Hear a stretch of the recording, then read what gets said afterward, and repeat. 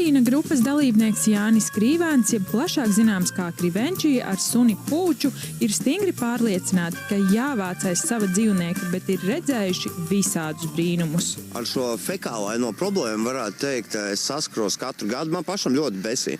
Es atceros, ka es biju sīkāks, es esmu no Ziepniekā, un kaut kā šitais ir ļoti izteikti Pārdaugavā, ka Pārdaugavā cilvēku suņu kakas vāc daudz mazāk. Varbūt tāpēc, ka te ir ķipa vairāk zāliens, un tad viņi domā, ja jau tas uz zāles, tad jau viss ir kārtībā, vai ne, tas neskaitās. Bet tā gluži nav. Man tas nenormāli tracina, tas nav tik sarežģīti paņemt, pieliekties, savākt to kaku. Un vēl esmu redzējis tās prikols, ka, labi, ja ir savākts, un tad tas maisiņš nolikts uz zemes vismaz. Neaiznes līdz miskastei. Krivenčija atminas, ka pusauču gados tieši tā arī bija. Neviens īpašu uzmanību vākšanā aiz suņa nepievērsa, kur nolika, tur arī palika, taču laikam ritot daudz, kas ir mainījies.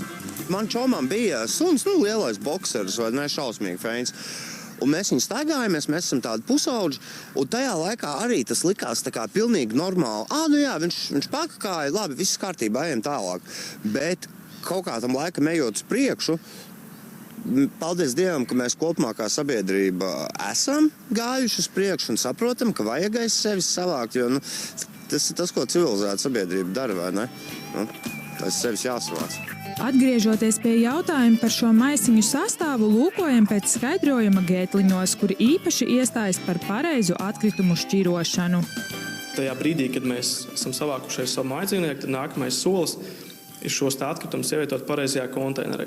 Pareizais konteiners šajā gadījumā ir nešķiroto atkritumu konteiners, jo, ja mēs šos izkārnījumus ievietojam bioatkritumu konteinerī, tas atkal mums traucē šo bioatkritumu pārstrādēji. Jo mājdzīvnieku izkārnījumi, jāsaprot, viņi satur gan dažādas baktērijas, var saturēt, tāpat arī dažādas infekcijas. Un tāpēc pareizais solis ir šos mājdzīvnieku izkārnījumus ievietot tieši zaļajā, nešķiroto sadzīves atkritumu konteinerī. Un tajā brīdī, ja mēs par šo parūpēsimies šeit Gētliņos. Es izmantoju šādus tie gan ir parastie maisiņi, tie nav kaut kādi bio, eko, šmeko, visus tais pārējais. Es agrāk uz tiem ļoti iespringu, un tad es sapratu, ka vienkārši nav jēgas.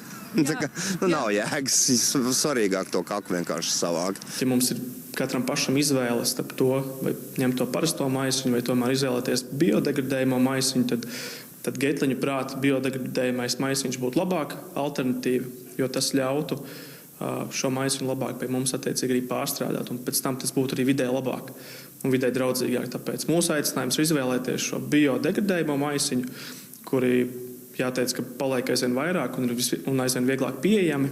Tāpēc tā būtu tā izvēle, kas būtu katras suņa vai kāda cita dzīvnieka saimniekam jāizdara. Lūdzu, savāciet sūdzes aiz savu suņu. Tas ir cilvēcīgi, mēs dzīvojam civilizētā sabiedrībā, un taču gribās dzīvot tādā vidē, kur gribās vidē atstāties sevis bišķiņu labāk nākamajiem cilvēkam. Zinu, kas tur ies. Man liekas, tas tā cilvēcīgi, loģiski. Jā. Vai ne? Vai ne? Tev ir kaut kas sakāms par to? Viņš arī domā, ka jāsvēc.